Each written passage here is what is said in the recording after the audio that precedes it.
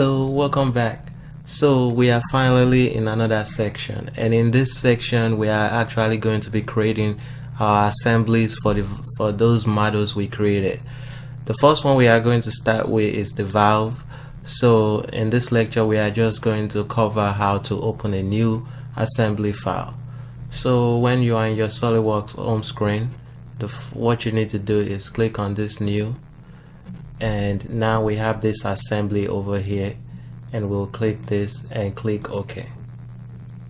And now we are in the assembly file. So the first thing is asking you to insert your part in here, and we are going to cover this in the next lecture.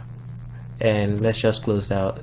And when you're on the, just to recap, when you're on any screen, you click on the new and assembly and click OK.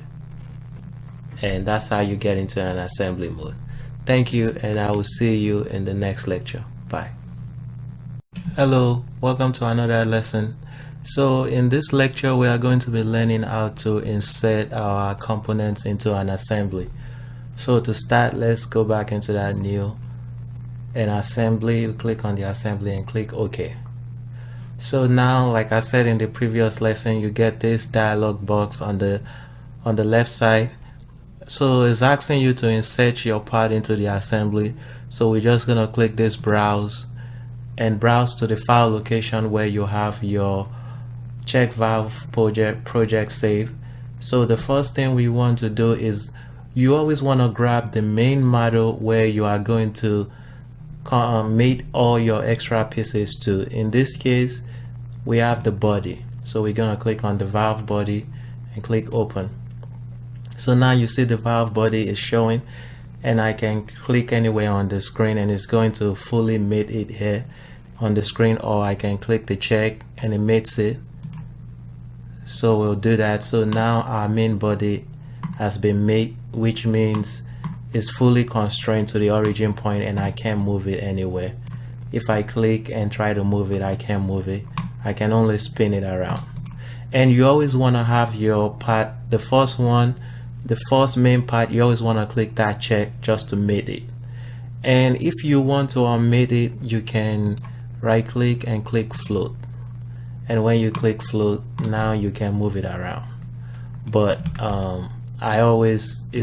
it's always best to mate it. So I'm going to rehide it. So browse the body, click the check to fully mate it. So now once that's fully made, so now we need to bring all the other parts in. So we're going to insert components, browse, then we want to bring the bolt in.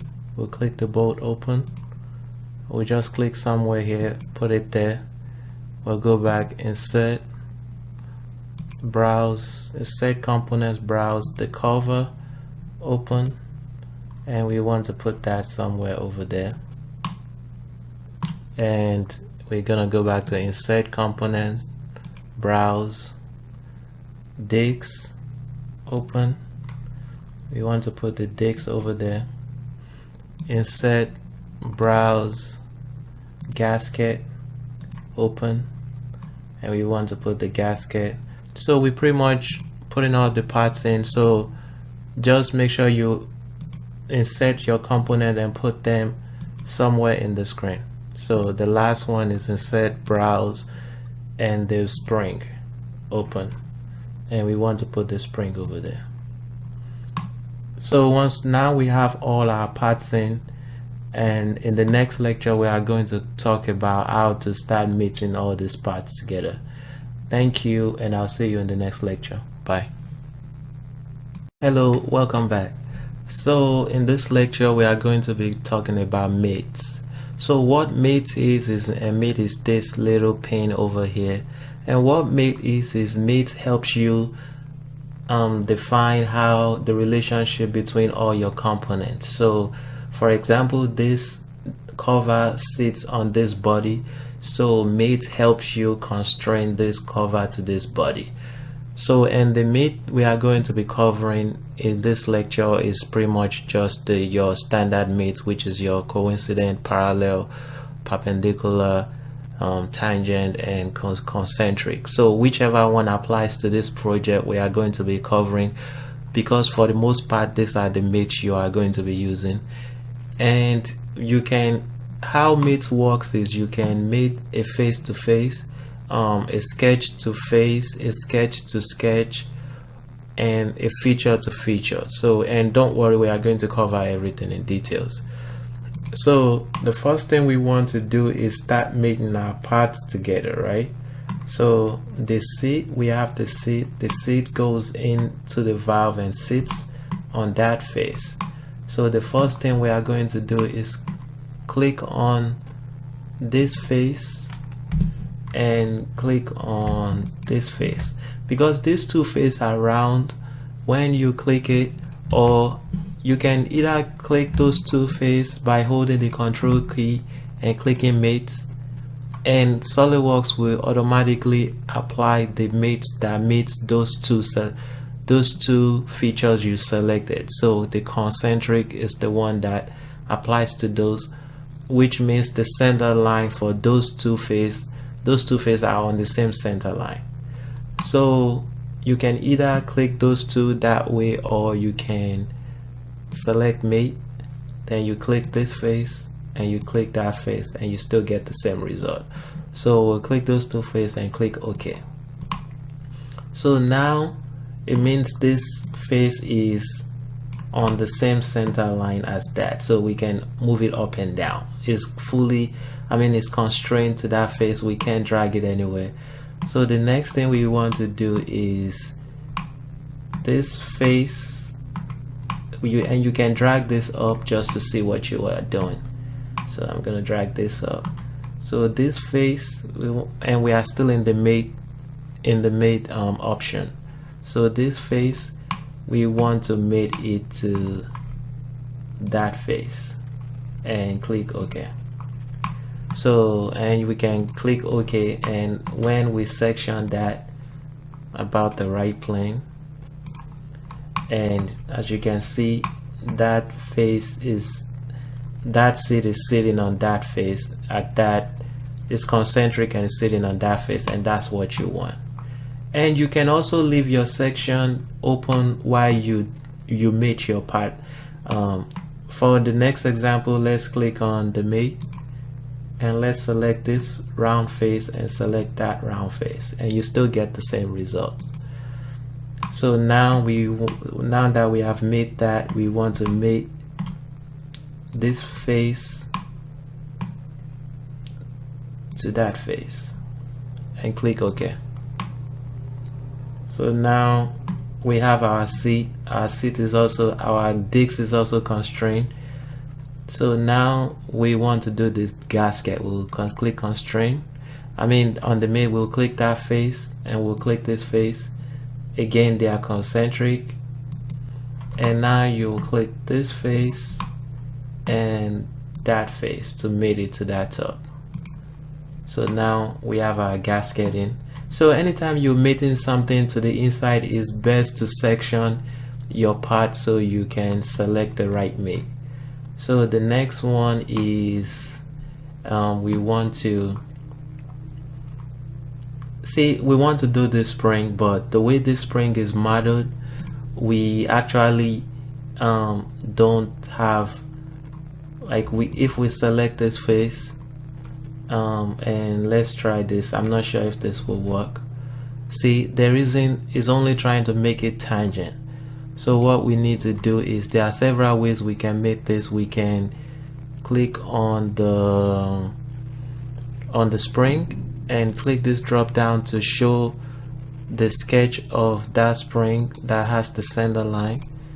That, or another way we can do it is we can click on view, display, and show, and we want to show the temporary axis. Oh, that doesn't have it. So a way we can do that is let's hide that temporary axis. It's not showing the temporary axis for that spring, so we are just going to hide the temporary axis. So what we can do is mate the planes. So we would click the front plane of that spring, and we would click the front plane of our assembly and click mate. So now it mates that spring to the front plane. Then again, we want to do the same thing for the right plane. So we would click the right plane of that spring and the right plane of our assembly and click mate.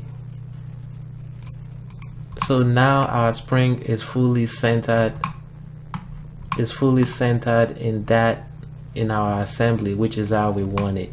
And now we can select this face and mate it to this face and click OK. So now our spring is fully centered. So what we did is we actually made the planes together. So, and that is what we were discuss about doing your design intent, because sometimes depending on how your part is going to build in the assembly, because the way we built this spring, our planes is on the same plane as the assembly. The planes in the model is on the same plane as the assembly, so it makes it easier for us just to mate the planes together. So the next thing, now we have all the internal parts in, we can unsection it, and that is what the assembly looks like. So now all we need to do is click this face, click mate, and click this face and click OK. So now those two faces are concentric with each other. So now what we need to do is click this face and that face to mate those two together. And we have our valve cover. Then the last thing we need to do is click this face and click that face, and again you have your concentric, and we'll click this face and that face, and it's coincident to each other. And how the parallel works is, if I click the parallel, it'll just make those two faces parallel to each other. And if I click perpendicular would not work because of the selection. It doesn't apply to the selection, so we're just gonna select coincident and click OK. So anyway, and once we are done, all of our parts is made. And if we section it and click OK, and as you can see, all of our parts are made in there. And that is how the mate works. And thank you. I will see you in the next lecture. Bye. Hello, welcome back. So in this lecture, we are going to be patterning our bolts 4 times around this assembly. And the reason why I actually didn't insert these bolts in the previous lecture to mate it to this part is because I want to show you how to pattern this bolt around this assembly. So, and another thing I want to mention is, please make sure you save this assembly, because I haven't saved mine. So we're just going to browse, and you'll get this dialog box. You want to click save all, then you want to browse to your file location, and let's just save it as a check valve.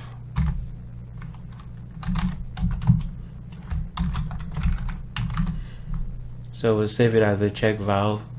So now to pattern this bolt 4 times around this valve, so what we'll do is click on this drop down, and we want to select circular components pattern, and all that option works just like what we cover in the modeling.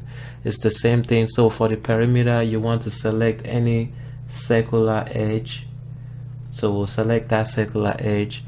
And components to pattern, we will select that bolt, and we wanted equal spacing and number of patterns, we will select 4. So now as you can see, that bolt is patterned 4 times on the same exact hole as the body and the cover, and we'll select OK. And now we have our bolts 4 times, and we are pretty much done with our assembly. And that is pretty much how you make, and anything you do in the assembly also shows in this feature tree. See, the bolts pattern we just did is show, and all the parts in the assembly are also located on this left side. So that is it. Please make sure you save your work, and I will see you in the next lecture where we are going to be talking about how to edit the components in an assembly. Thank you, and I'll see you. Bye. Hello, welcome back to another lecture. So in this lesson, all we are going to be covering is how to edit your components in the assembly. So now we have our components here, and please make sure you save your work. So for anything we are going to be doing in this lecture, I don't want you to save it. So save your work now. So to edit a component, we'll pick this bolt for this example. And to edit this bolt, all we can do is right click and right up here. And if you don't know what any of this mean, and when you hover over it, it actually tells you what it means. So I can edit that part itself, and if I click edit parts, it turns all the rest of this assembly into wireframe, and this bolt is blue, which indicates that I'm in edit mode. And is indicating it up here, and it's right here, edit components, and the bolt is blue and only that bolt is showing. So that means I'm in edit mode with that bolt, and you can go down here and just right click on anything you want to edit. For example, if I want to edit that sketch, I'll right click on it. Now I'm in that sketch mode. I can go normal to and change. Let's say I want to change that to 15. So I'll change it to 15, exit, and exit. And as you can see, that bolt actually changed in the assembly. So another way you can do is I can right click and edit that feature.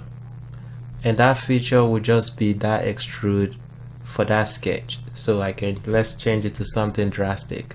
So let's try 10, and I'll click OK and exit out. And as you can see, that is bleeding into there, but what we need to do is click our update, and when we click the update, that bolt actually readjusts itself 10. So that is pretty much how you edit a part, and you can also edit it in the original SolidWorks screen by right clicking on it and clicking open part. And if we edit a feature here, I'll just edit that feature again and change it to something drastic, 20, and click OK. So when I go back into my assembly, it's going to have this dialog box that do I want to apply it, and I click yes, and now it has applied that change. So anyway, that is how you edit a part in an assembly. And please don't save this, so X out of it, and I'm just showing you just for an example. Thank you, and I will see you in the next lecture. Bye. Hello, welcome back to another lecture. So in this lesson, we are going to be adding appearance to our valve. So to start, let's just open the valve. I'll browse to my file location and open my check valve. And so now I have the check valve, and some of those valve components that I provided in the asset folder might already have materials attached to it. So let's click on this display manager for the material, and I'm just going to click this and hold Control, click the last one and delete. So if you have any material in your parts already, I want you to delete everything, so there is nothing in it. So everything should be the same color. So now we are going to add appearance to it, and the way we add appearance is we click on this appearance on the right side, and I'm just going to pull this down, and you click on the arrow drop down, and you have the different appearance here. You have plastic, metal, and paint and rubber and so on. So for this, since our valve is metal, so we're going to click on the drop down metal, and you have the different type of metal. You have steel, chrome, aluminum, bronze, brass, and so on. So for our valve cover and our valve body, that is going to be a carbon steel. So we click on the steel folder, and right under here we'll look for the carbon steel. So we have the cast carbon steel here. So once you find the right appearance, what you do is click and hold, and you drag it to the body. So now you have the different option. So you can add it to the body, you can add it to that extrude boss, you can add it to that face, or you can add it to the part itself. So we want to add it to the part, and the difference between this check body and the assembly is when I add it under this assembly, it's going to add it in the assembly alone and not in the part. But this, we want to click the check body, so that way we add it in the assembly and to the part itself. So we'll click the check body, and now we can see that that appearance is over there. And since this appearance is the same, this cover is going to be the same appearance as that body, what we can do is right click on this appearance, and right up here you see copy appearance. So we can copy and right click on this body, and we select paste appearance, and again we want to apply it to the cover. So those are the ways you apply, and if you don't want to copy it, you can come back here and drag this to that. So for the bolt is going to be cast iron. So we'll go under our metal, and let's select we'll go under iron, and we have cast iron over there, and we'll just drag it to that bolt. And since all of our bolts are the same, it recognizes it, so we're just going to paste it. So the next thing we need to do is the internal parts. So I can section that, or instead of sectioning, what we can do is we can go and temporarily right click on this, and we can hide it. So we can right click and hide. So we are just showing, revealing what is inside, and over here you can tell that those parts are being hidden because now it's white instead of yellow. So now we want to, the gasket is a chromium plate, so we're going to go on that chromium, and we have the chromium plate over there, and we are going to drag it to the gasket, and make sure you select the gasket. And the spring is going to be polished steel. So we go under the steel, we have our polished steel here. We are going to drag it to the spring and select the spring. And the last one, the last two we want to do is the C, which is going to be a machine steel. So we're going to scroll down and find the machine steel right here, and we drag it to the C, the disc. We can right click, copy that appearance, and click on the seat, right click, paste, and right click. Make sure when you paste it, make sure you select the seat, right click, paste. So now we've applied the appearance to all of our part, and what we can do is show our components again, and that is pretty much how you apply appearance to your part. And another way we can do it is, this is actually the easiest way to do it in the assembly. You can also right click, open the part itself, and apply the appearance in the part, and everything will update in the assembly. Anyway, thank you. I'm just going to save this, and please make sure you save your work and save everything. Thank you, and I will see you in the next lecture. Bye. Hello, welcome back to another lecture. So in this lesson we are going to be learning how to change our scene in our valve for our assembly. So we have our assembly here, and a couple of things we can do to actually get this model looking good is right under this setting, view setting, we can turn on real graphics. So now when you have like a good graphics card in your computer, you actually see a more fine definition of that appearance. Now as you can see, we can see that carbon material very well. It looks pretty good. And another thing we can add up is shadow, and now there is shadow in the assembly. And another thing we can do is add ambient occlusion, which just gives a further fine definition. And the last thing we can add is perspective. So perspective is just how you look at it. So if I put it at that view, as you can see, everything looks really good. So to change the scene in our assembly is pretty simple. So you click on this drop down, and you have all the different, see, this is, I've added all this scene to it, but you can manage this scene by clicking on the manage favorite, and this dialog box comes up. And see, I have all this check, but if you uncheck it, you can only select the ones you want on your main screen, and by unchecking this. So what you just do to change your screen is just click on the drop down, and you can start changing it, and click on the drop down, and any scene I change it to, as you can see, the scene is changing. And you can pretty much select any one you want, and based on what you select, your screen is gonna change. So that is pretty much how you change your scene in SolidWorks. Thank you, and I will see you in the next lecture. Bye.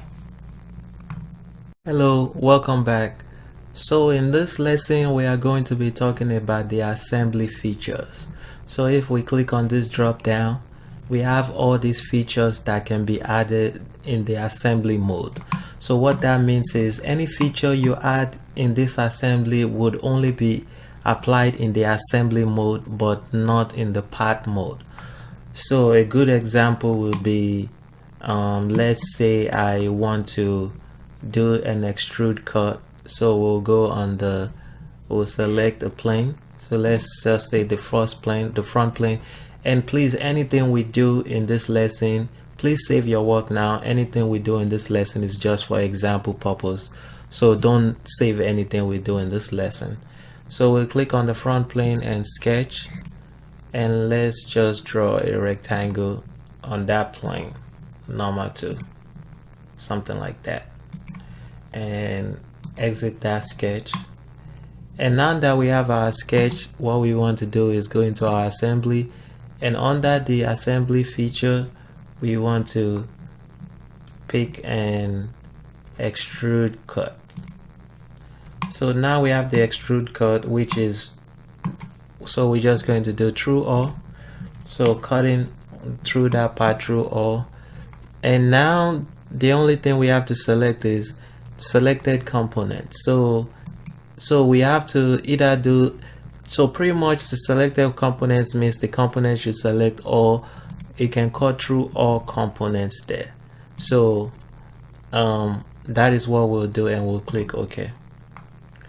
And as you can see, that extrude cut is cutting through that component in that assembly. But when I open this part file, I'll right click and open. As you can see, the extrude cut doesn't exist on the part level. It only exists in the assembly. So I'm going to close that. And as you can see, so we can right click on this feature and edit it. And now we have the pretty much the component, the selected, all components selected. And if we want to select component, and we'll uncheck that auto select. Now if you want this extrude cut to cut through certain part, you can uncheck the part you want it not to cut through. So any part you uncheck, this extrude cut would not cut through it, but any part you select, the extrude cut will cut through it. And that is how that feature works. And another thing is, let's say if we want to add a fillet, we can add a fillet to this bolt on that, not on the face, on the edge. something like that. And anything we apply with this feature, like I said, only exists in the assembly. So we'll click OK. So now if I right click and open that part file for that bolt, as you can see, the fillet does not exist on it. So that is pretty much how the assembly feature works. Any feature you use, assembly feature you use, will only be applied in the on the assembly level, but not on the part level. And that is pretty much it. Thank you. If you have any question, please feel free to leave a comment, and I'll definitely answer your question in further details. Thank you, and I'll see you in the next lecture. Bye. Hello, welcome back. So in this lecture, we are going to be learning how to create an exploded view in our assembly. So to create an exploded view is pretty much simple. So you have your assembly right here. So what you do is click on the exploded view, and it brings you to this exploded step. So all you need to do from here is select the part you want to explode. So the first thing is we want to explode these bolts. So we can either select this bolt individually, but because they are the same, we'll just select all 4 bolts. And so now you have this gizmo. So you can either drag it in any direction you want, the X, along the X, Z, or Y. In the case of this bolt, is going in the Y direction, so we are just going to pull this Y up. So we have something like that. And you do the same thing for the cover. You pull it up just to create your steps. I always just select the steps I want to. I click on the gasket, pull it up. I'll click on the spring, do the same thing, pull it up. So pull it up that way. I'll click on the discs, pull it up, and the last one, the seat, I'll pull it up. I'm only pulling it up because that is what the direction, it looks realistic pulling it up, because if your seat is sitting in that valve, you're not going to pull it out along the x-axis. You can only pull it along the y-axis because the way the valve is. Once you have it up, you can click on it again, and you can pull it to the side. So whichever one you click is going to add that steps to it, and everything we've been clicking and pulling up is adding the steps over here. So I'm just going to delete that last step, so we have something like that. So, and that is our exploded view, and once we've done everything, we'll click OK. So now we have to collapse this exploded view and take it back to the normal view. We'll just go into this configuration manager, and right down here you see the exploded view. So all you need to do is right click on it and click collapse, and it goes back to your original view. And if you want the exploded view again, you right click, and you're back to the exploded view. Right click, collapse. So let's say you want to edit your exploded view. First, you will click right click, explode. Then you will now right click, edit feature. So now you are in that exploded view. You just select the step. You want to right click on it, edit step. Then you can drag it to whatever direction you want to redrag it, as you can see, and it's indicating that that bolt is selected because all 4 bolts are blue. Then you can drag it up and down however you want. So that is how the exploded view works. Thank you, and I will see you in the next lecture. Bye. Welcome to a new section. In this section, we are going to be making the drawings for our valve assembly that we just made. And on this drawing, we are going to be covering many things, such as adding your views, how to start a new drawing, creating different type of views and adding annotations. So the first one we are going to cover in this lecture is just how to start a new drawing files. So to start a new, use the same way you start the part and the assembly. You click on the new and you click on your drawing and click OK. And once your drawing is open, just like how we did in the assembly, you have to browse here to go through the file location to add the drawing you want to add to your sheet. Or you can just, so if I click browse to show you, I can browse to the my check valve, click OK. Now that drawing is added, and now I can start clicking here to select the view. That is one way you can do it. So I can click, so it has the view here. So whatever this view is on this sheet right now, it has a here. So that's the front view. So you can change it to like the top. You can change it to top and bottom, right or left. So we'll click on the front view. So that is how you add a view. And this origin point I have is because, again, I have my origin select here, so I can actually hide it. So that is the first way, but normally I'm just going to close this, so I won't save it. So normally when you start a new drawing, you wouldn't I personally, I don't hide it from here, so I'm just going to close it. And in the next lesson, I'm going to show you how to use the 3 standard view and the model view.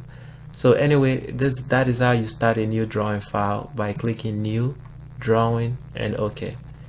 Thank you, and I will see you in the next lecture. Bye. Hello, welcome to a new lecture. So in the last lesson, we talked about how to start a new drawing by clicking on new drawing and OK.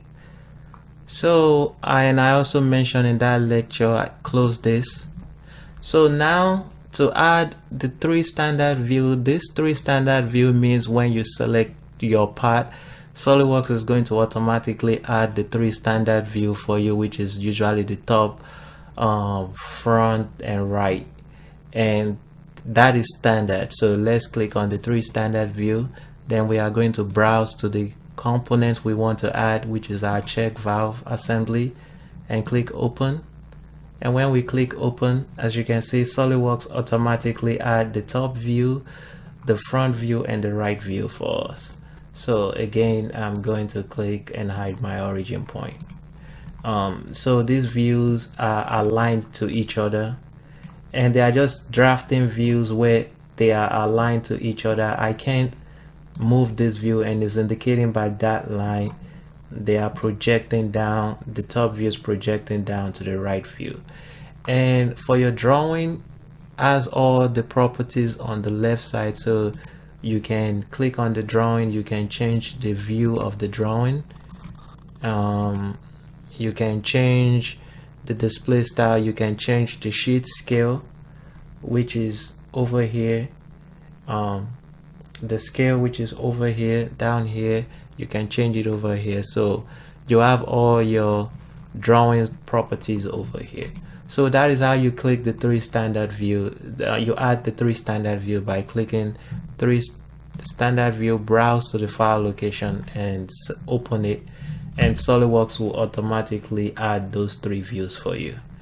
So let's start a new drawing file. So we click new drawing and click OK. So in this one, and this model view is just like the view we were in when we started. As you can see, it's highlighted by this model tab. So we just did the 3 standard view. The model view is the first one it takes us into when we first open a new drawing. And like I said, I told you to exit out of it, and to get back in there, you select the model view. And this model view allows you to select the part and add the view yourself. So we'll browse to the file, select our check valve, and click open. Now, just like what I said in the previous lecture, you can select the view you want to add first. So I can select the top view, think this is the top view. By hovering over it, it tells you what it is. So that's the top view. I can select the top view, and once I click, it adds that top view for me. So that is how the model view works. It lets you select just the view you want to add. Then if you want to add more views from here, then you have to start using your projected view, auxiliary view, section view, which we are going to cover all this in the next lecture. So that is how the three standard view work and the model view work. The first one adds all the view for you automatically. The second one allows you to select the view yourself. And thank you, and I will see you in the next lecture. Bye. Hello, welcome to another lecture. In this lesson, we are going to be learning how to create a projected view. So to create a project view, let's just add our first view. By clicking the model view, browse to the file location, select our check file and click open. And we're just going to let's add the top view. Click the top view over here and add it over here.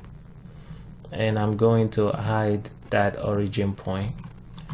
And now that we have the top view, the next thing how the projected view works is, let's say we want to add another view down projected from this view. So we'll select the project view, and with this view selected, now we can drag it down, and it's projecting this view down to the front view. Then if we click the project view again, click this view, we can project this view to the right view. And that is how you create the three standard views on your own, by clicking the project to project it down and project it to the right. And this tool is very useful because not all company will actually use all the three standard view. For example, the company I work for only creates one view. Then we might section that view to make the drawings we need. So that is just something to keep in mind. And to use the project view, just click project view, select the view and drag it down or to the right or at an angle. So anyway, that is how the project view works. Thank you, and I will see you in the next lecture where we will be talking about the auxiliary view. Thank you. Bye. Hello, welcome to another lecture. In this lesson, we are going to be talking about the auxiliary view. So let's add our first part by browsing to the file location, and this time let's add the front, which is right here, and click over there. Again, I'm going to add my origin point. So now we have this view. How the auxiliary view works is, you select the auxiliary view over here, and now it's asking you to select a reference edge to continue. So any edge you select is going to create an angled, so as auxiliary view is kind of like a 45 angled view from any edge you select. So if I select this edge, which has to be something, let's say I select this edge, for example, right? Let me just find something. There you go. So once I select that edge, it's creating an auxiliary view to it, which is pretty much showing you that view from that angle. So I'll select an auxiliary view, select this edge, and you have to zoom in on it, select that edge. There you go. So now it's showing you that auxiliary view from that side, which is showing you this view. It's kind of like a projected view, except for it has the arrow letting you know that this view is you looking at this part from the side. So that's pretty much what an auxiliary view is. Another way you can make auxiliary view is what I mentioned with the 45. And most times when I use it at my job, we use it to make a 45 angle where you can just draw a sketch line, and it works the same way. So if I select my auxiliary view, I can select my line and I can make another view that is projecting that way, showing that valve from the bottom what it looks. So you can make an auxiliary view by selecting the edge on the line. or you can make it by drawing your own line and using that line to project. So that is pretty much. And if you move this line down, like if I move this line down, and you can actually move this line so they don't touch each other. So that is how auxiliary view works. You can either select the edge or make your own sketch. Thank you, and I will see you in the next lecture. Bye. Hello, welcome to another lesson. In this lecture we are going to be learning about the section view. So to start, let's just click on view, our model view, and browse to our file location and add our check valve. And now we want to add the front view. So I'm going to add my origin point. So once I have something like that, how the section view works is the section view helps you cut this valve anyhow you want to cut it, so you can reveal what is on the inside. So for example, if I select the section view, you have the different type of cutting line, which is you have the vertical, the horizontal, the auxiliary, angle, and the aligned. So anyone you selected is just what you will select is based on how you're trying to cut the part. So for this valve, we are trying to cut it along this line, so we'll select the middle, and I want to cut it, so I'm gonna click OK and click enter, and now drag it down to the right side. So anywhere you drag it and click, so you click OK and click enter, and now as you can see, this valve is being cut in half and everything on the inside of that valve is revealed. And that is how a section view works. So I can click section view again, and I can cut this valve again, this section in half too. Click OK and click enter, and I can drag it. So now we have two section views. We have the first one, which is cutting this valve in half and is showing you what it looks like from that view, from view A, and we have it cut again in this view and it's showing you what it looks like from that angle. So that is pretty much how section view work. You mostly use it to cut any part in half to reveal what is on the inside of that part. Thank you, and I will see you in the next lecture. Bye. Hello. In this lesson, we are going to be learning how to make detail views. So to start, let's just import our model and browse to the file location and import our check valve. And we are just going to place the front view.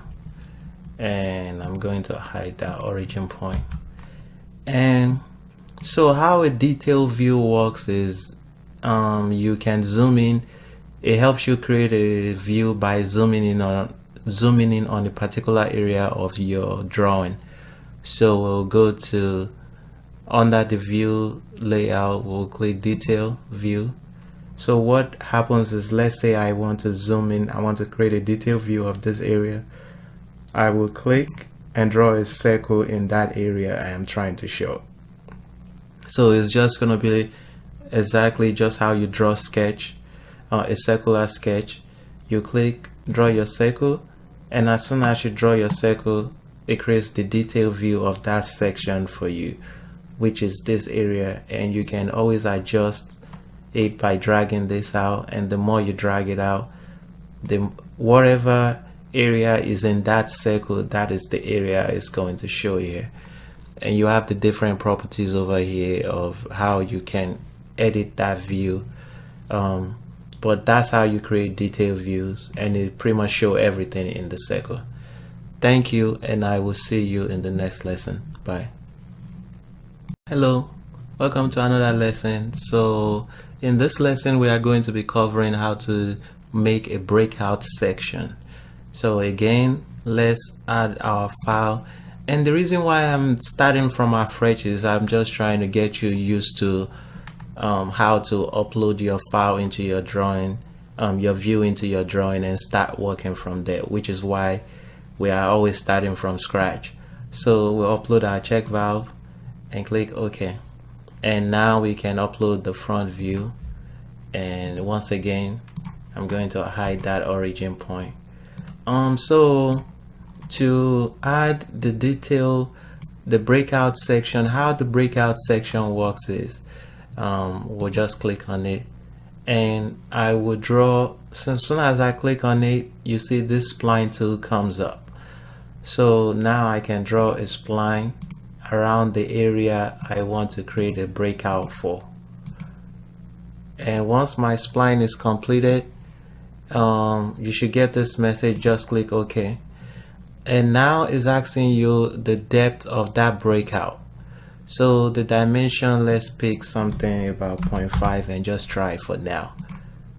So when I click 0.5, as you can see, it's using that spline to break into that model 0.5, and it's showing you what is inside that valve. So a breakout view is just kind of like the section view, except for you can partially break a section of that valve to see what is behind it. So I have the view here, I can edit it, and let's try one and see what we get. And as you can see, when I try one, the further I cut that breakout view in, the more what is behind that portion where I drew my spline on is revealed. So that is how a breakout view works. You draw your spline and you add your depth, and it reveals whatever is behind that area where you have drawn the spline. Anyway, that is how you create a breakout view in your drawing mode. Thank you, and I will see you in the next lecture. Bye. Hello, welcome to another lesson. So in this lecture, we are going to be covering the break view. So how the break view works is, let's add our part first. This time let's add the bolts. So we'll click on the bolts and click OK, and let's find a good view. Let's add the right view of the bolts. So we have something like that. So now how a break view works is, let's say and let me increase the scale of these bolts to I'm going to increase it to 4:1. So you have a bolt that is that big on the drawing. Sometimes you might be working with a part that is a bit too big. So what you want to do is you want to shorten this bolt to fit the screen while still keeping your scale.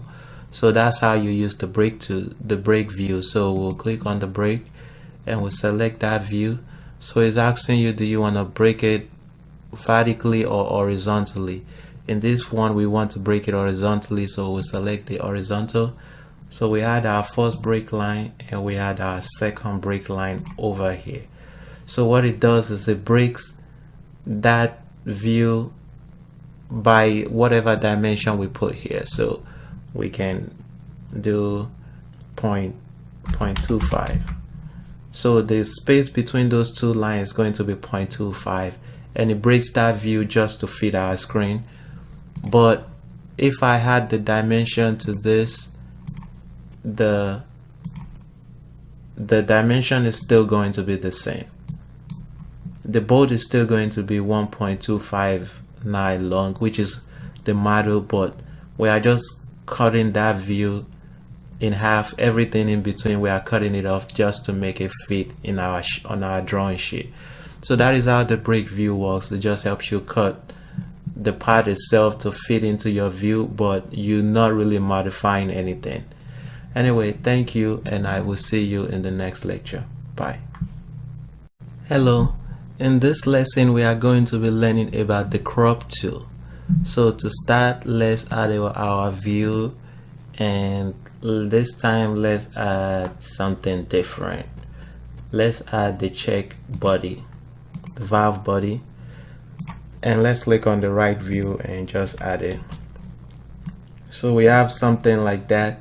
So how the crop tool works is, in order to use the crop tool, you need a sketch. So because if I click on this crop tool, you see it's saying please select a closed sketch profile in the drawing to view the crop tool. So we need a sketch.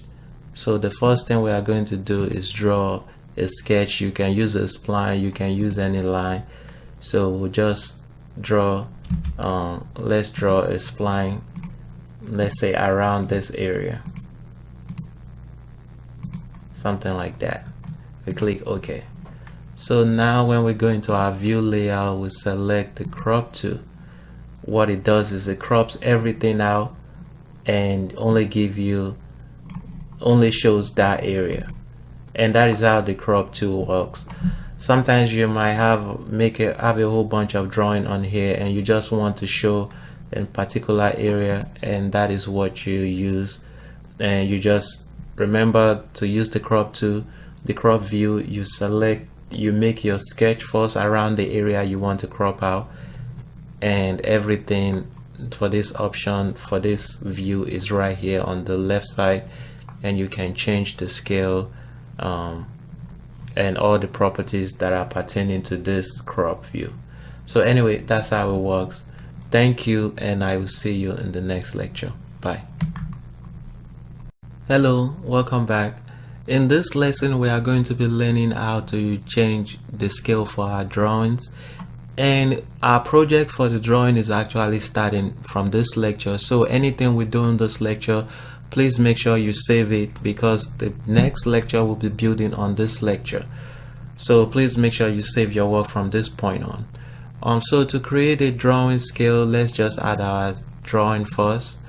Browse to our file location, select our check valve and click open, and let's just add the top view, and I'm going to hide that origin point. And now, let's just add the other two views to it by clicking project that view down, and clicking project and projecting this view to the right side. So we have our three views, and we could have also done it with the three standard view, but I'm just trying to refresh your memory by using the project, some of the lesson we've covered. So now that we have our view, several ways to change the scale for the drawing is you can click on the view right here and change it. As you can see right now, it's set to use sheet scale, which is using this scale, the half scale. But then you can also change it to custom, which allows you to select whatever scale you want. So if I change that to a quarter, and as you can see, the scale of that drawing has changed to a quarter. And if I change it to 1, the scale has changed to 1. So I'm going to leave it at half, and we click OK. But the best way to change the views for your drawing is not to change it in the views property, but to change it on the sheets property. So we'll right click on the sheet, click this arrow drop down, and we have the properties for the sheets, and this is where you want to change the scale. So whatever scale you decide you want to use, and as you can see also in here, you can also change the sheet size too, and you have the different size you can change it to in this property. So we'll just use the landscape A, and let's say we want to change the sheet scale to a quarter. We select a quarter and click OK. We type the 1/4 and click OK. And now, as you can see, that scale has changed to a quarter. But because we are still in the custom, we need to go back to the use sheet scale. So as long as we set it on use sheet scale, now this has changed to a quarter. So anyway, that is how you change the sheet scale, but I'm going to change this back to a half. So again, go back to the properties and change it to half, because the half looks better for this drawing. So we're going to leave it on something like this and set it somewhere that is reasonable, and click OK, and let's just save it under our project as check valve, and it will save it as a drawing, and we'll click save. So now we have that save, and that is how you change your scale. Remember, change it in the sheets properties, not the views property. Thank you, and I will see you in the next lecture. Bye. Hello, Welcome back. In this lesson, we are going to be learning how to add center line and center marks to our drawing. So moving on from the previous lecture we were working on, you should have this view.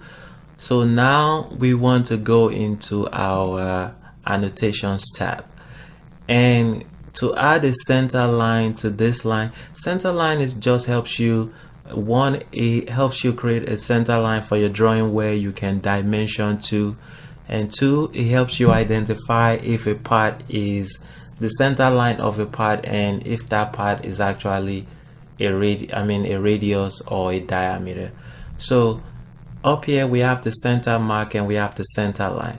So as you can see, the center line adds a center line to something like this view where it's telling you this is a round part, and you had a center line to the middle, and the center marks add a center marks to this circle up here. So the first one we're going to do is the center mark, and you click on it, and a good way to do it, a fast way to do it, is you just click on that view itself, and by clicking that edge, you click the edge of any circular part and it would add the center mark to it. So that is how you add the center mark, and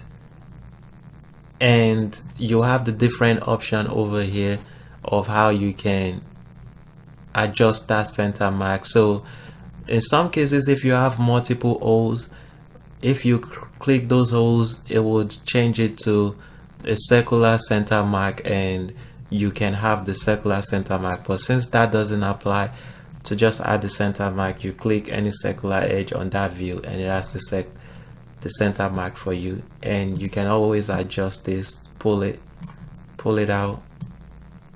I always pull it out to something like that.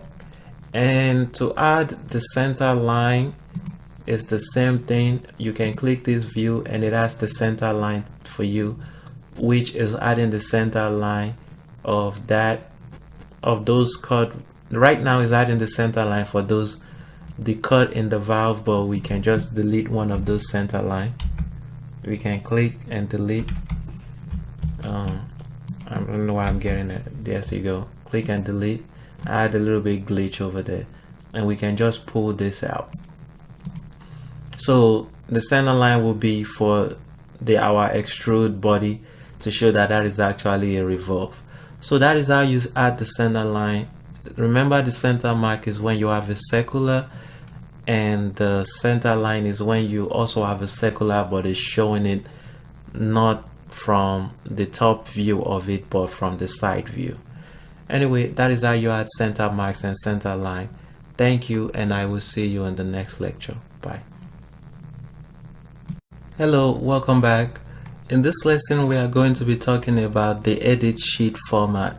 So how the edit sheet format works is it helps you enter into this properties over here, this annotation properties over here, and it helps you edit what you want to put in there.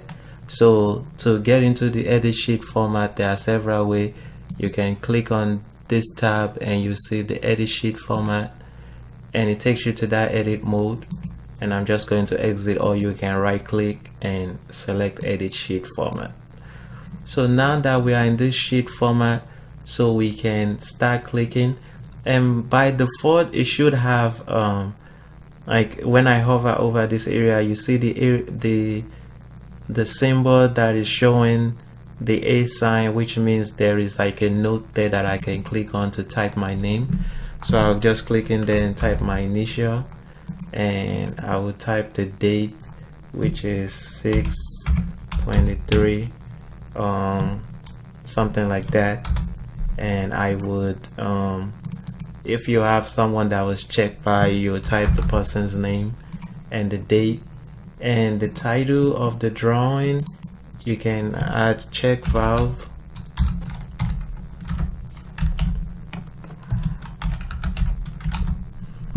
So the company name, I can type my name,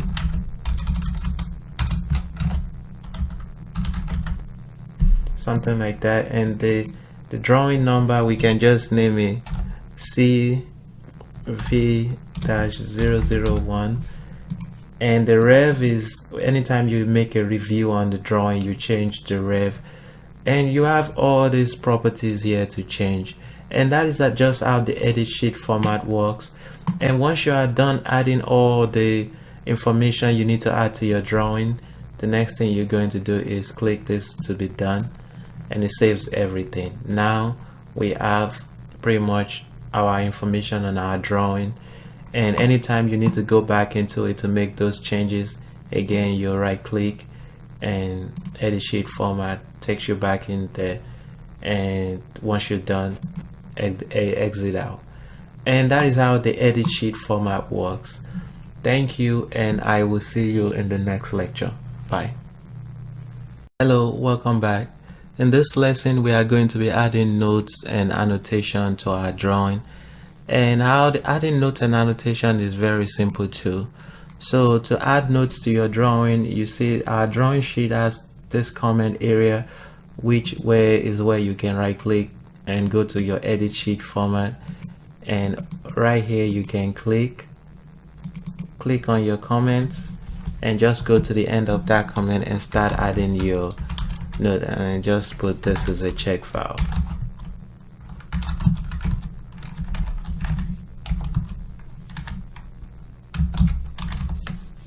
So that is how you will add notes to your drawing.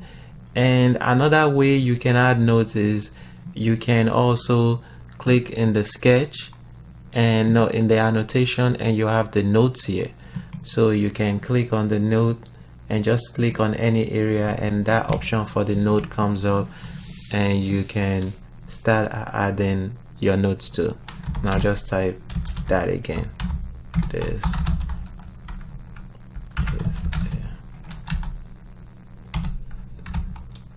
check.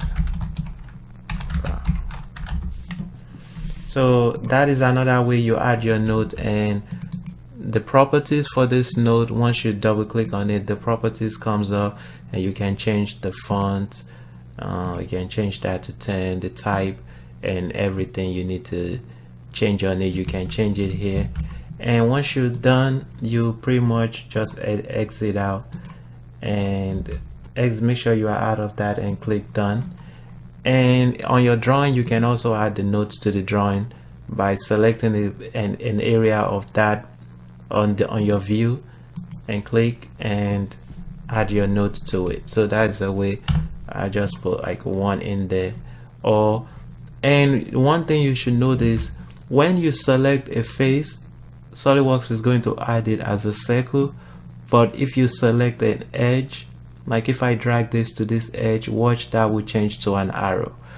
So when you select an edge, it changes it to an arrow. When you select a face, it changes it to a circle. So if I drag this back to this, it changes to a circle. So that is how you add notes in SolidWorks. Or you can click notes, and you can also click anywhere on your drawing and start typing for your notes. So once you are done, you can click and drag it anywhere you want. And that is how you add notes in SolidWorks drawing. Please save your work from this point. Maybe please save your work.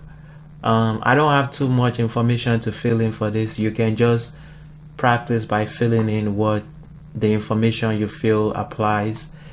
And thank you. I will see you in the next lecture, where in the next lecture we are going to be adding our dimensions to it. Thank you. Bye. Hello, welcome back. So in this lesson we are going to be adding dimensions to our drawings. So now that we have this view, the next thing we need to start doing is adding the smart dimensions to it. So the smart dimension works the same way everything else works. If you click on a circular edge, it's going to add the diameter for that circular edge. Or you see, and it depends on how I'm dragging it. If I drag it somewhere upward here, you can do it with the arrow. You typically, for dimensions that are circular, you want to do it with the arrow, and you just click somewhere over there. Then you also select smart dimension. You can click on this line to this line, and you add the dimensions for those two lines, and you click it, and all the properties for that dimension can be found here. And these are like an additional symbols you can add to the dimension. So we'll just add a couple of dimensions. So we can add the dimension from the top of this valve to the center line. So we have something like that. And usually when I add my dimension, I always like clicking on the center to center that dimension on the center line. And I'll do the same thing for this. Click on the center to center it. And we can also add the dimension for this face, and click that and click. And the good thing about using SolidWorks is, now that I add this dimension, SolidWorks is actually recognizing it as a diameter. So sometimes when you are making a drawing, the symbol will let you know that, okay, this part is revolved and is going straight through at this distance. So the next thing we can do is add the distance. Maybe pull this back. Add the distance from here to here, and that will be that. And we can add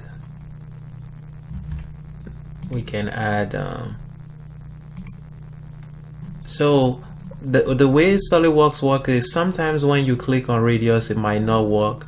For the most part, you just click on the ones that do work.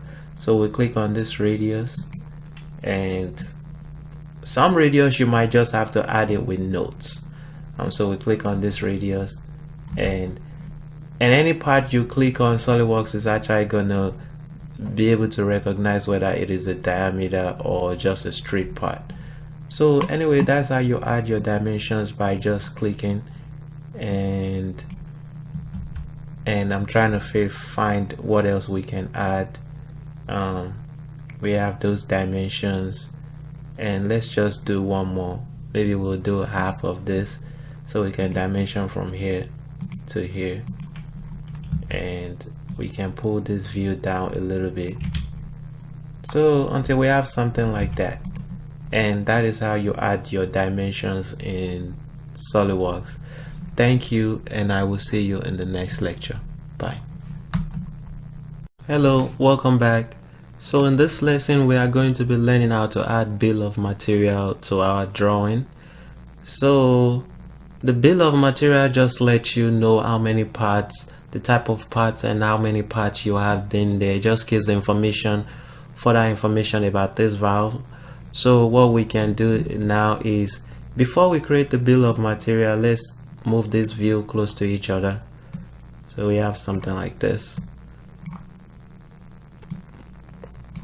And let's create a section view of this view, so we see what is on the inside of the valve.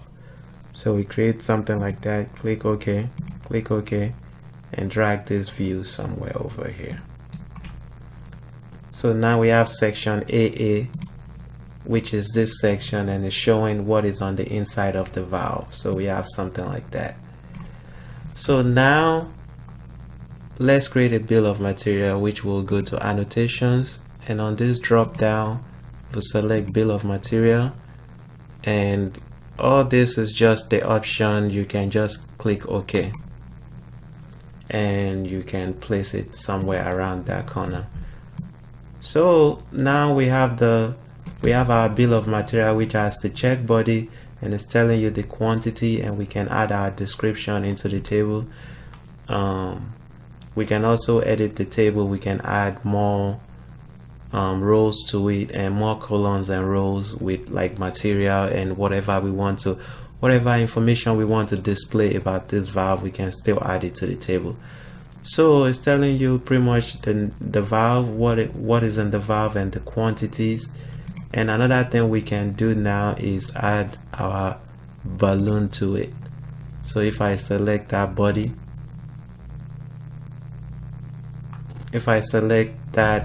so I'm just going to click that balloon, and I'm going to start clicking the ones that are obvious. So I select that, and it automatically names it as 1. And I'll select this disk and watch what happens. It names it as 4, which is our disk. So we're just going to go ahead and name and add a balloon to everything. So we have that. We'll do our cover. I'll just do my bolts over here, and I'll delete the 2. See, as you can see, it doesn't matter where I select, it's going to add it. This is our gasket and our spring, and the last one we need to do is the seat.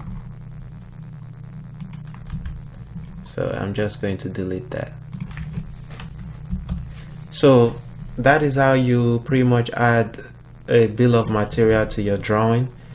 And once you add it, and you can see now the balloon is corresponding to what is in the table, and that's how you display more information about your drawing.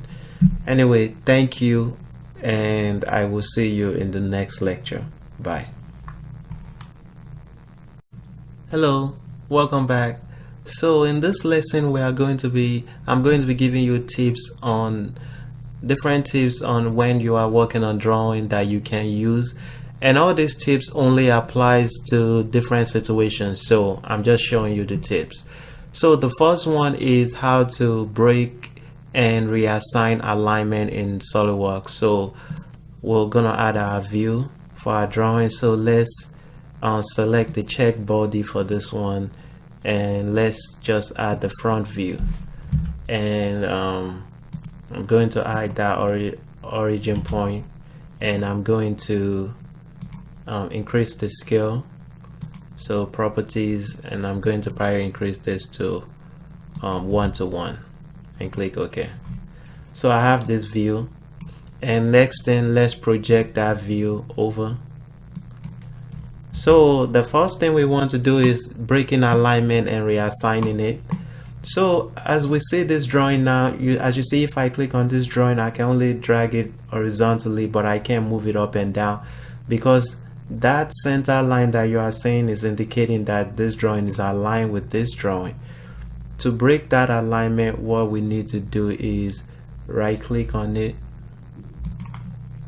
To break that alignment, all we need to do is right click on this drawing. So we'll right click on it, we'll go to alignment, and we want to select break.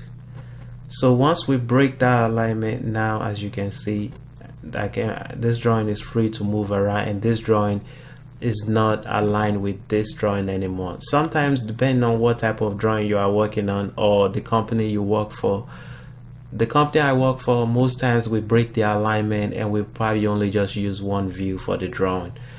And to reassign this back, what you will do is right click on it again, click alignment, and you want to align by, I'm not sure which one works for this one, but let's just try.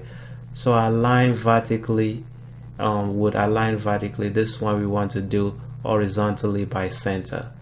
So align horizontally by origin point. Let's try that one. So then I'll click this drawing, and that's the one that works for this. As you can see, it has aligned it back. So I'll right click again, alignment break.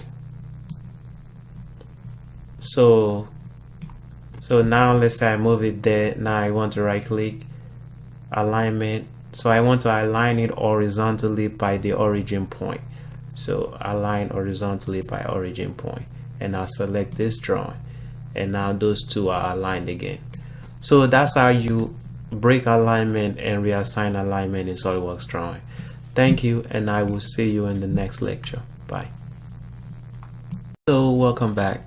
So still continuing from the last lecture. So in this lecture, we are going to be talking about how to show and hide drawings in SolidWorks. So we have these two views. Like we said in the last lesson, this drawing is aligned with that drawing. So now let's say we want to hide this view. We want to hide this view, but just leave this view. So what we'll do is right click on it and find our hide. and sometimes you have to click on that down arrow. Let me show you again. Right click on it and click on this arrow until you see the hide, and you press hide on it and you hide that view. And to show it, that since we know that drawing is there, we can just right click on it again and show. And the same thing goes for this one. Right click, click on this down arrow, hide, and that is how you hide drawing.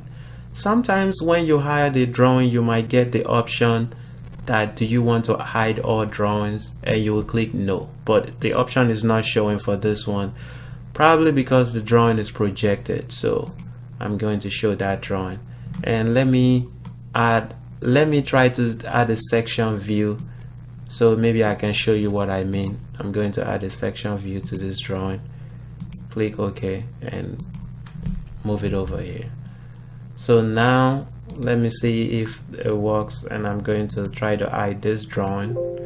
There you go. Now I have that option, because I'm trying to hide the main view where this section is derived from. Now it's asking me, do you want to hide dependent view also, which is this view, and I can select no. And now only that view is hidden, and now I still have this view, and to show it back I can just click show. So that is how you hide and show drawings in SolidWorks. Thank you, and I will see you in the next lecture. Bye. Hello. So moving on, in this lecture we are going to be talking about how to hide and show lines in SolidWorks. So to start, let me just delete this view because we don't need it, and I'm going to move this view over by clicking on that view and moving it over. So depending on whatever company you work for, some companies might require you to just take out all these extra fillet lines that are applied to the drawing that are not really needed. So what you can do is you can just hide those edges in the drawing.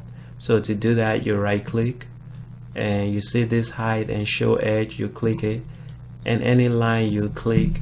So you can hold the control key and click on multiple lines and all the lines you want to hide, and once you've clicked them, you right click and show and hide, and that's how you can delete all that lines. And at the company where I currently work for, we use this feature to clean the drawing a lot nicer. So that is pretty much how you hide it. And let's say you hide the drawing, you didn't delete it, you just hide those edges. As you can see, if I hover over it, the line is still kind of like highlighting when I hover over it.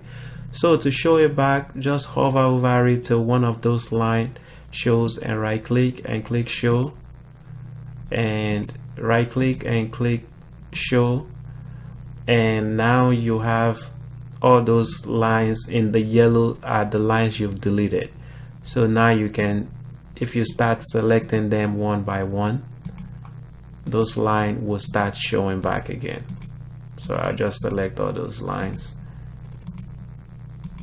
and click OK, and now the lines are back again. So that is how you hide and show lines in SolidWorks.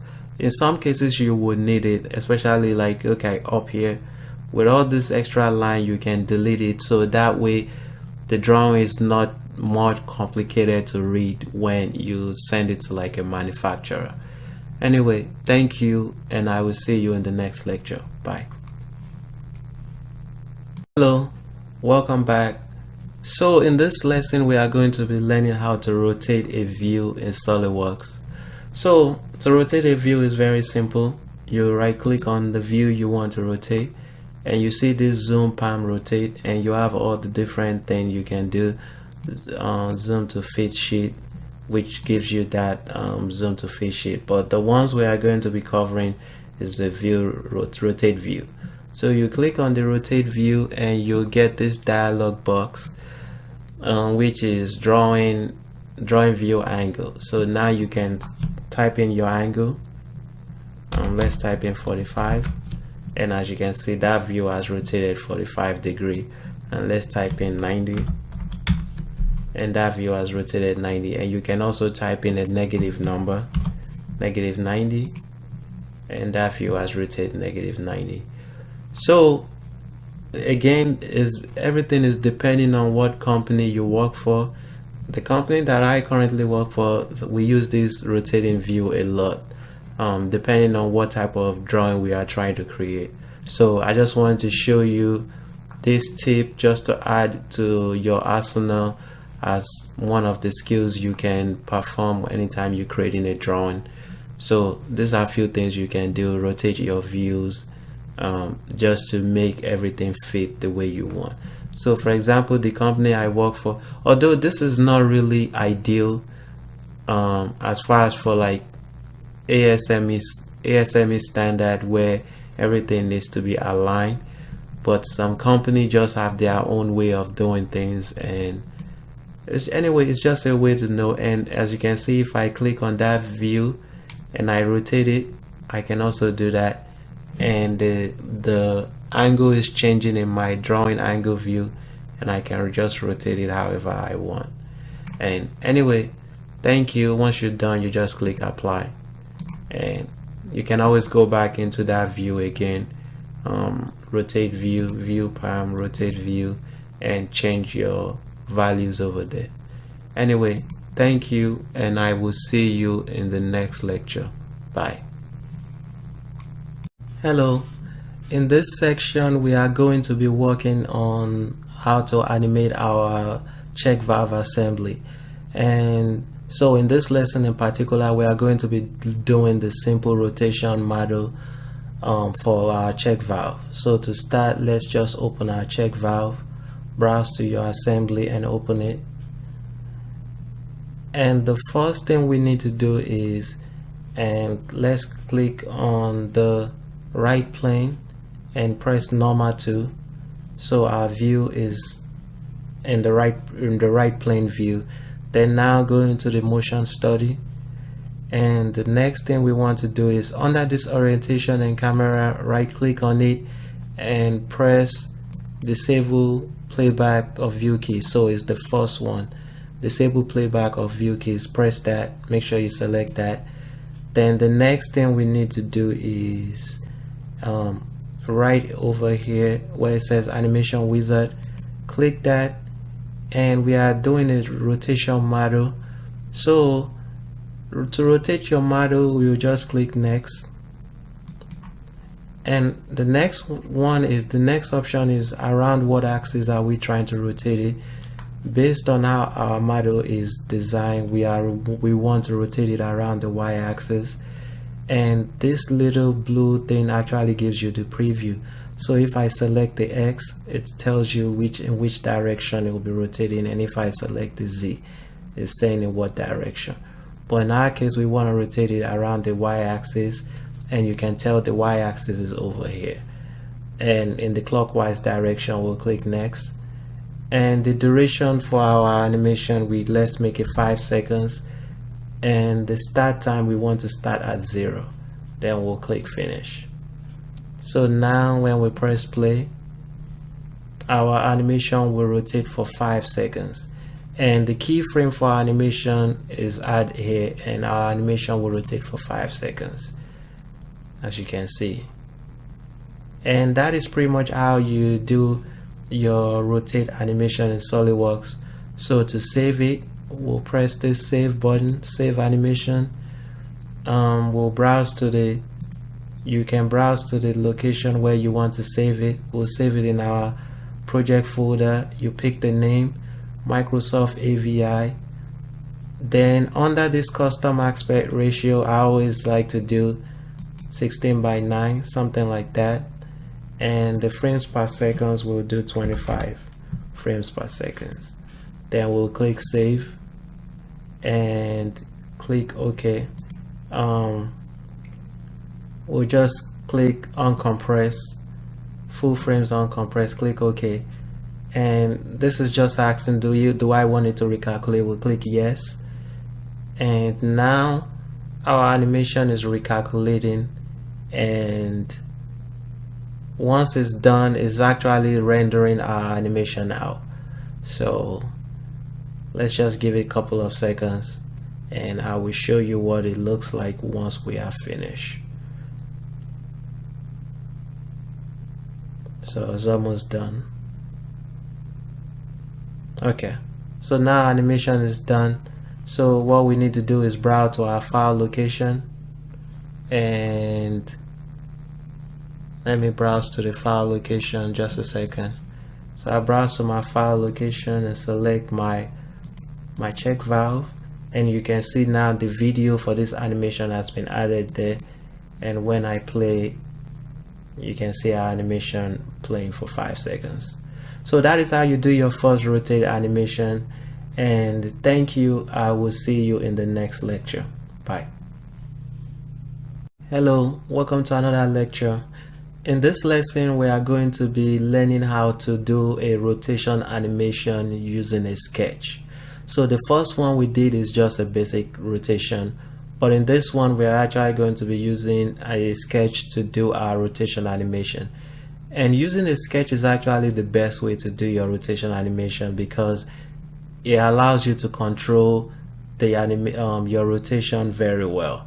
So to show you what I mean, so let's click on the top plane, and we first of all we need to draw our sketch. So looking at this model, I want to raise this top plane up a little bit. So let's click on reference geometry, and let's just raise this top plane up to something like that. 1.1 is good. So we'll click OK. So on that new plane, plane 1, and let's draw a sketch. And so now let's go normal 2, and let's just draw a circle. So I'm gonna zoom out, something like that. A circle that is big enough. So what we want to do is let's draw 2 lines connecting to that circle, and let's dimension our circle. Let's make it dimension that circle. Let's make it 13 is good. And now let's trim this edge away. And trimming this edge is very important because when you rotate your camera around this circle, SolidWorks is going to be able to tell whether you are rotating in clockwise direction or counterclockwise direction. If you don't trim it, SolidWorks won't be able to tell in what direction you are rotating. So we're just going to make this 2-line construction line, and we should have something like that, or we can even delete those 2 lines. We really don't need it. We just need it to trim our circle. So we have something like that. So now exit that sketch. Now let's go into our motion study tab, and if you are still working on continuing from the previous one, you can right click on that model and create a new motion study. It's still going to be the same thing. So the next thing we need to do now is right down here, right click and click disable playback or view keys again. Then the next thing we need to do is under light, camera and scene, we want to right click on this and click add camera. So now we are in the properties. So target, the first one is the target. Target is where you want to be target, and you have these 2 screens. This screen is where you're going to be editing it, and the right screen is what it will look like. So for our target, in this target we want to click somewhere on that body and position the camera. Now we want to place that camera position on the sketch we drew. So the next thing we need to do is just zoom out. So that's what it looks like. And my degrees is on. Make sure this is 0 degrees. So as you can see now, it looks normal. So 0 degrees. So, and that's all you need to do, and you can zoom this out. So that is what it looks like. And So remember, you select the face, click where you want to target. So I can pretty much click anywhere on this valve, it doesn't really matter. And where to place your camera, you click on your sketch and click OK. And I actually don't like how my sketch, I need to make that sketch bigger, so I can change this to, let's change it to 25 to make that part bigger. So when I go back and I click on that camera, properties, I'm going to edit it, and I can zoom in. So I have something like that. That looks good. And I'll click. And the next thing we need to do is just come down and change this to 16:9 and click OK. So now I'm in my animation, and this is my first animation. So what we need to do is drag this timeline to wherever we want it to. Like, let's say we want to drag it to 5 seconds, or I can drag it to 4 seconds. Then what I would do is right click on that camera again, go back to the properties, and I can now move this camera, just swing it on that part. While it's still on that part, swing it somewhere right here and click OK. Now as you can see, SolidWorks has created a new keyframe for that position of that valve now. And the next thing I can do is drag it to 8 seconds again, right click on the camera, properties, and let's rotate it back this way to something like that, something like right there, and we click OK. So now SolidWorks has created another keyframe. So if I press play, as you can see, my camera is rotating to this first view that I rotated, and it rotated back to the second view. So that is how you do your camera rotation in SolidWorks. Remember, you would make your sketch, the part you want to put your camera on, go onto your properties, and the target is where you want to be always pointing at, and your camera position will be on that sketch you drew. Then you can now rotate your camera around it. And to save it is the same way. We'll just click save, browse to the location. I'll call this 1 and 16:9, and let's just make this 25. So, and we click OK, and we'll click full frames on compress and click OK. Do you want to recalculate? Yes. And now our animation is saving. So, and just give it a couple of seconds.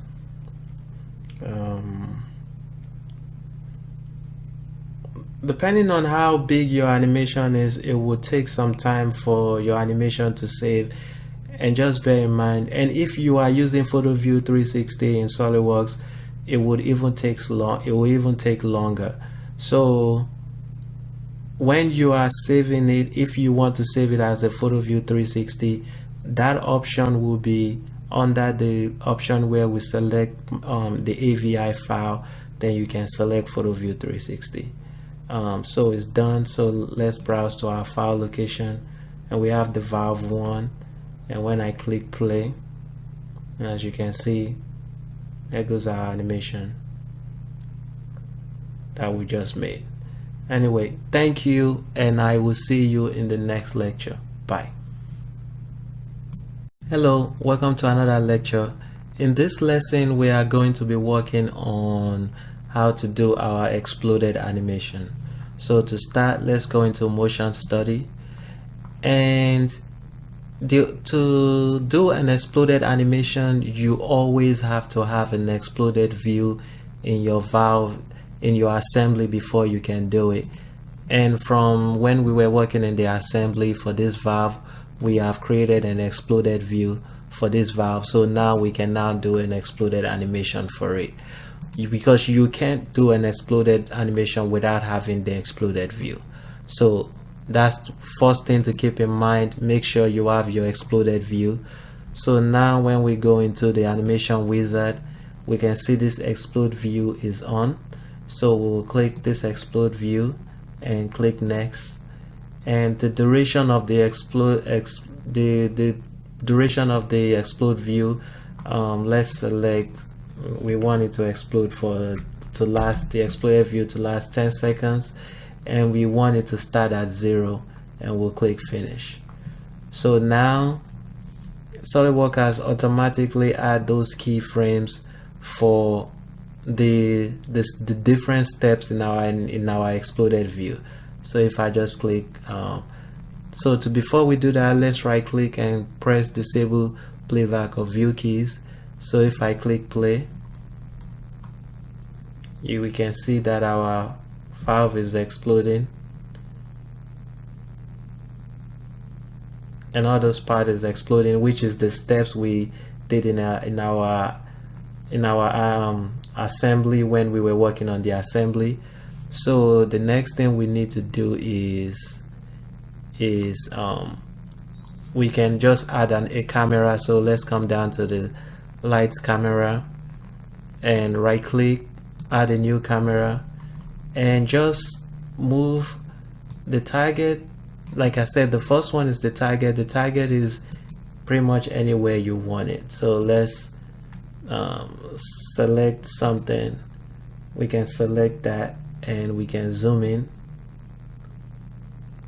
and maybe for that selection we can select something so it's center, something like that. So I'm just showing you, so we really don't need and if you want to add your part, you can also add your part to it. So for this you can move this, and you can also use this gizmo to drag it back and forth. So I can use it to move it left and right, back and forth. So it's a good way to control your, so we have something like that. So we'll click OK. So let's play again, and we'll see our assembly is rotating. We might have to work on our target. So let's right click on the camera properties, and for the target let's select the body. No, let's just I'm looking for something. Let's delete that body. I'm looking for a view that is under that shows the entire explode view. So maybe I won't select anything, I'll just leave it somewhere right here, and I will click OK. So if I play that again,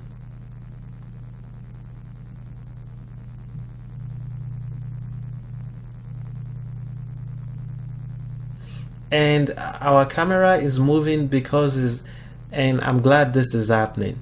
See, my timeline was on the 10th second when I edited my camera, but if I go back to my first camera, as you can see, my camera's position is different from the camera at 0 seconds and at 10 seconds. So what I can do is copy, right click, copy that keyframe, and make sure the timeline is on this, and we'll right click and we'll press paste. So now my camera is the same. So when I play that again, now you can see that everything is falling under, the view is falling under my explode view the way I want. So that is pretty much how you do an exploded view, and we can save it again. We'll save it to you can name it explode view. So this is the option where you can select different type of file format.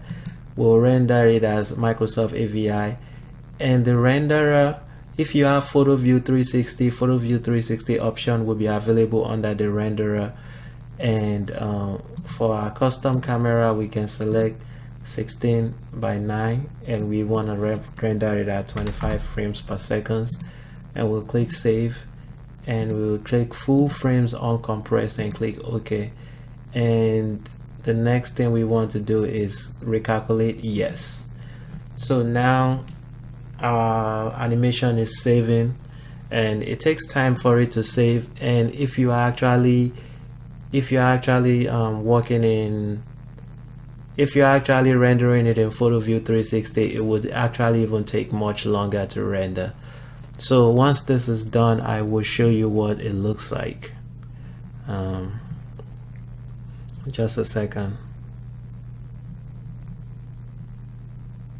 It takes time. It takes a little bit of time for it to render. It's almost done.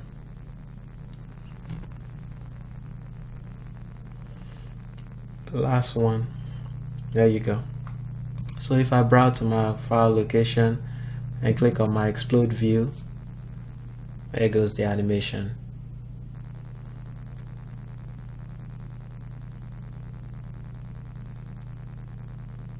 Anyway, thank you guys, and that is how you do your explode animation in SolidWorks. Thank you, and I will see you in the next lecture. Bye. Hello, welcome to another lesson. In this lecture, we are going to be learning how to make a collapse animation. So to start, let's go to our motion study. And the collapse animation works just like the exploded animation. So the first thing we want to do is let's right click on the orientation and press display playback of view keys. Then the next thing we want to do is click on the animation wizard and the collapse and click next, and the duration, let's select 8 seconds and click finish. Now the collapse animation has been made with the keyframes for that corresponds with the steps we use to explode this valve in the assembly model. So now let's create a camera so we can see that was what's going on. So we right click on this light camera and add camera, and let's just put the target somewhere here, and we can zoom in and we can just move the target around until we get something that is centered, something like that, and maybe zoom in, and we can change this to 16 by 9 and click OK. So we have that view. So if I click play, as you can see, my animation is, my parts are going back into my valve, and everything lasts 8 seconds. So the same way, once we are done, we can press save, and we can save it into I just named this to a different file name. Browse to our file location, a different file name. We already set the camera to 16 by 9. We want it to render 25 frames per second and click save. And the next thing we want to do full frames on compress and click OK and recalculate yes. So now our model is going to save. Our animation is saving. It takes a while. It's actually pretty slow, so please bear with me.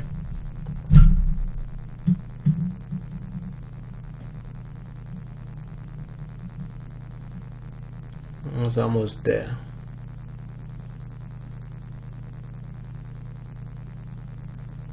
Alright, just one more.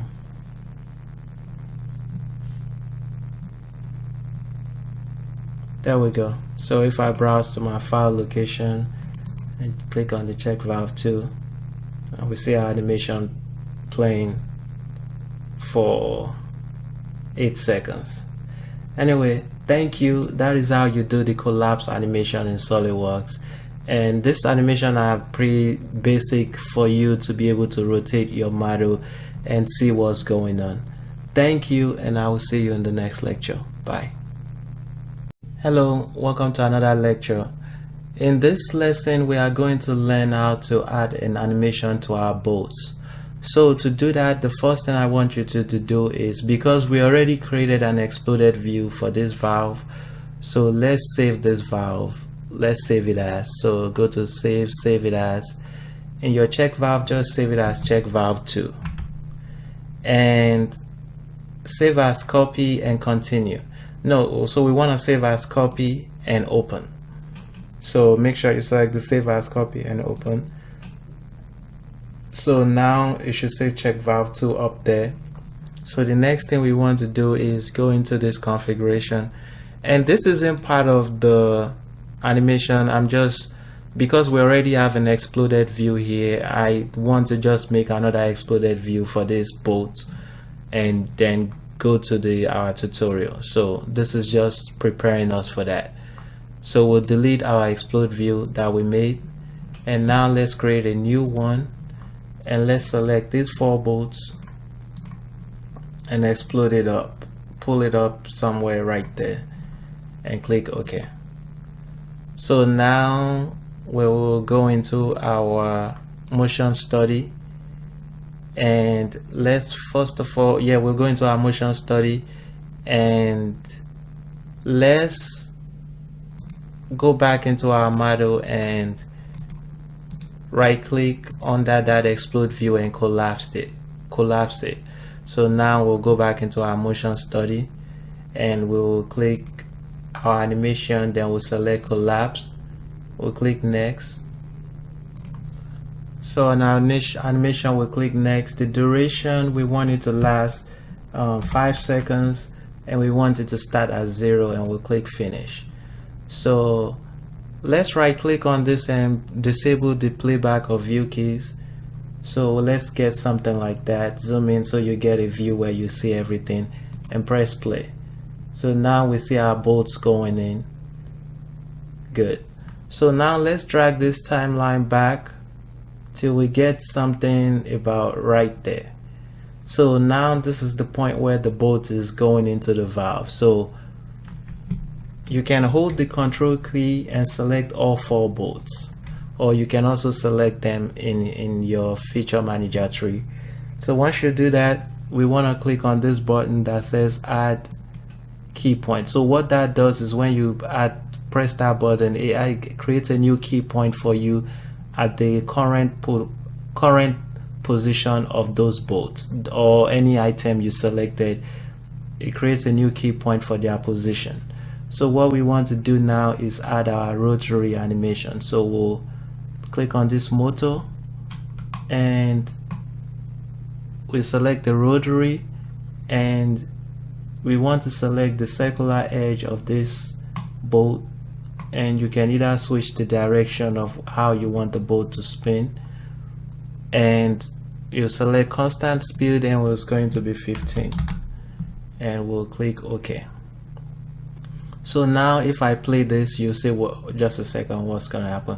You see our bolt is spinning, but our bolt is spinning right from 0 seconds, which we don't want.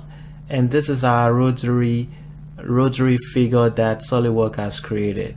So what we need to do is drag this rotary to the key to this time under this timeline. So to the current position of this bolt going into the valve. So you drag your rotary right to that point.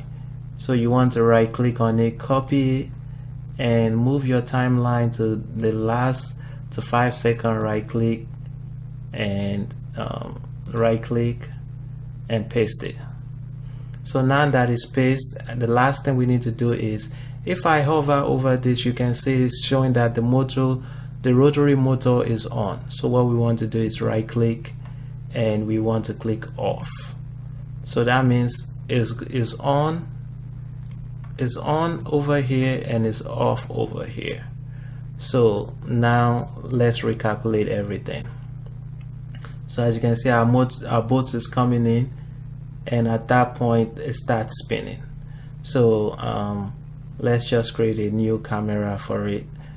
We'll create a camera, right click, add camera, and we will just create a view that we like. Zoom in and maybe move this down somewhere over there and click OK and recalculate. And as you can see, our bolt is coming in and is spinning, and that's how you add a spinning bolt. So what we'll do is save it.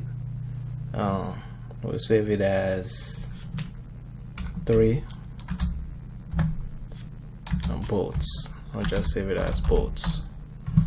And we want to select custom 16 by 5, 25 frames per second, and Microsoft AVI file SolidWorks screen, and we'll click save. And we'll select full frames uncompressed and click OK. And to recalculate, we want yes. So now our file is saving. And I hope this is clear to you the way I'm going through it. And if not, if there's any part you don't understand, please send me a message and comment, and I will definitely be able to give you one-on-one lessons just to explain it to you in a way that you will understand it. But once that is done, I'll browse to my file location and I'll select my bolt animation. As you can see, my bolt is coming in and now it's spinning. So depending on how fast you want the bolt to spin, you can go back into your motor, rotary motor. So if I go back to my rotary motor right here, I can edit it. I can edit the feature and I can change the RPMs to something like 25 and click OK. And when you change that, you want to make sure that everything is 25 as well. So you want to copy and paste that 25 over here and just drag it over here. So everything is 25. So copy and drag your timeline here and paste it. Then all you need to do is turn it off over here. So if I recalculate it, my bolt should spin faster. As you can see, it's much faster now. Anyway, that is how you create the bolt animation in SolidWorks. Thank you, and I will see you in the next lecture. Bye. Hello, welcome to this lecture. In this lesson, we are going to be learning how to render our check valve in SolidWorks Visualize. And SolidWorks Visualize is a version now that is in addition to SolidWorks Standard and SolidWorks Professional. So if you have any of those licenses, it's going to come with a seat of SolidWorks Visualize. And even if you don't have SolidWorks Visualize on your computer, I still want you to have this lecture just to get the overview, because you never know when you're going to need it in the future. So that's why I'm including this rendering as part of the course. So now to start, I'm in SolidWorks Visualize. So what I'm going to do is browse to my file location, click import parts and model, and I'll browse to the file location where I have my check valve. And this is my check valve. I'll select it and I'll click open. And this dialog import settings comes on, and we want to make sure our geometry, appearance, monitor file, and automatic is selected. Those are the settings I use, and I'll click OK. And now our check valve has import. And just to preview what these items are, the first one is just, it gives you the different views to show the preview on the viewport. So if I click on the first one just shows you the preview without the details, and it makes it easier for you to walk faster in the viewport. And the next one shows you a little bit details into the material, and the last one shows you a even much better detail. So normally to start, when you are just working with stuff, you would want to work in the preview mode so everything is faster. This next one is just a selection. The first one selects the entire model. The second one selects just the part, and the third one selects the two. So if you click on it, it selects the group. So if you have any group, it will select the group. And the last one is the appearance. But normally I always work mostly on the model and sometimes maybe on the part. And the next one is just the object manipulation tool. So when you have that open, you can move this around to where you want it. You can move the individual pieces around as well. So that's what that does. And the last one is where we are going to render our file out. So if I select this render to, and I can render my final output file out to wherever I want to render it. This is the last step we are going to be doing in this lesson, so I'll just close it for now. So now that we've covered that, and another thing I want to cover is, first of all, let's go into click on the model tab, and under the model tab we'll have our check valve selected. The first thing we want to do is snap that valve to floor. So we'll snap it to floor, and the next thing we want to do is come down to the preview. We want to enable floor shadow, reflect in other model, and reflect other model. So we have that, and as you can see, the detail is coming in even much better. And now to move and rotate your valve around on this viewport, all you need to do is hold down the Alt key and left. If you hold down the left mouse click, you can rotate it. And what you're actually doing is rotating the camera. You aren't actually moving the valve itself. You are moving the camera.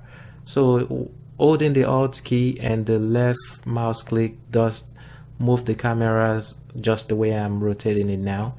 And if you right click, it zooms in and out. Right click and holding down the Alt key zooms in and out.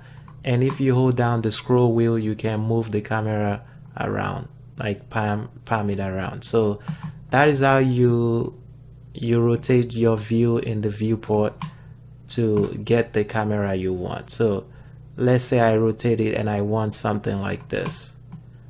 So the next thing we want to do now is let's just go into the fast mode so we can see everything much better. So once we're pretty much done with this tab, then we're going to go to the next tab. And all these other options are just ways to rotate this view. Mostly I use the Alt key and the left mouse key to rotate my part, and I don't mess with this too much, but there are just additional options you have to manipulate your object if you need to. Then the next tab we're going to go into is our appearance. The beauty about this is our appearance actually import in the same exact way we left it from SolidWorks, because we added our appearance in SolidWorks. Now our appearance is actually in our SolidWorks visualize file. So we really don't have to mess around with this too much. So if I select the carbon steel, it tells you what part of that valve that is added to. And to make your own appearance, all you need to do is right click or create new appearance over here. Select new, then you select the type of appearance you want. You can do paint, and you can click down and select the color you want, and you can, based on the type of appearance you selected, the options will be available for that appearance. So in this case, since we selected paint, clear coat option is available for the paint. Then we can change our values for clear coat, and this area of the texture is just areas where we can add bump map. And to add your appearance to your part, you simply take and drag it to the part, and it's that simple. And that's how you add an appearance to a part. But for this one, we are just going to stick with our material that we currently have. And remember when I said the bump map, you load your texture map into this area. For example, our check valve has a bump map, and the bump map allows us to see the rough surface on our valve. It gives it more detail, because if I take out that bump map and I hide it, you can see that detail is gone on our valve, and if I enable it, you can see those details again. So that's how the bump map works, and you pretty much have all these options to mess with. And in the scene is where we change the environment. So to change the environment, we simply go into our library. The first library is where the environment that is installed on our computer, and the second one, the globe one, is the cloud environment, the environment that is installed on the cloud for SolidWorks Visualize. So what you simply want to do is I always start with my own environment, and you have the drop down here. You have your camera, environment, image, simply other options based on what category you want. For this, we want the environment, so we're going to click on that, and I'm just simply going to find an environment that I like, that I feel works better for my project. This environment we have now works pretty good too, but let's try this white panel. And as you can see, this white panel even adds more detail to it, in my opinion. So feel free to mess around with the environment and to find whichever one you like best.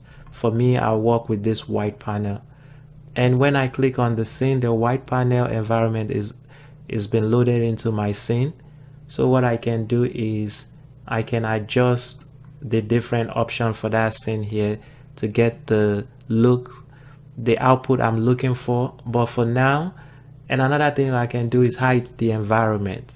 So I always hide the environment, and once you hide the environment, you can change the color to whatever you want, the background color to whatever you want.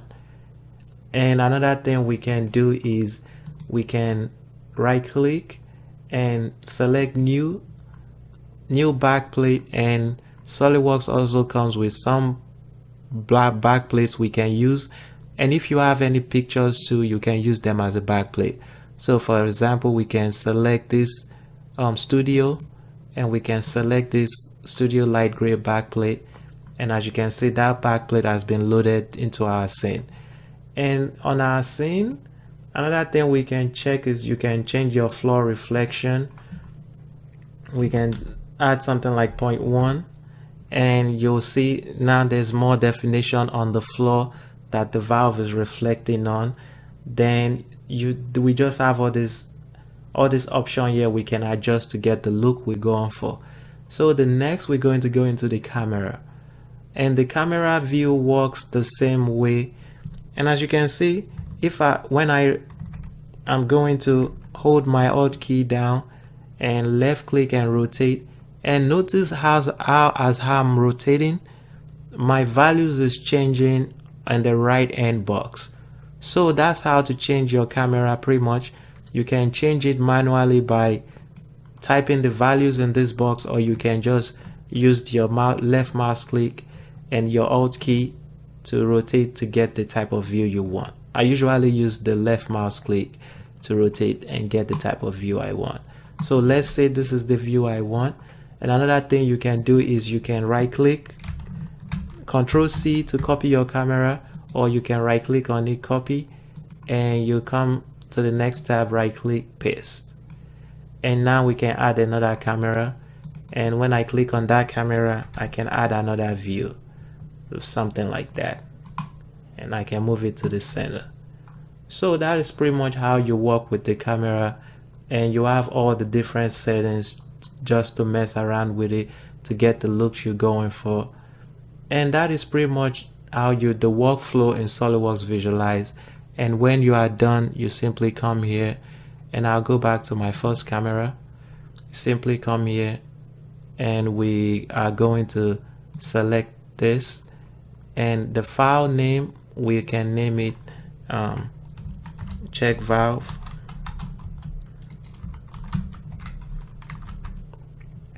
Then the output folder, we're going to browse to the file location we want to save it.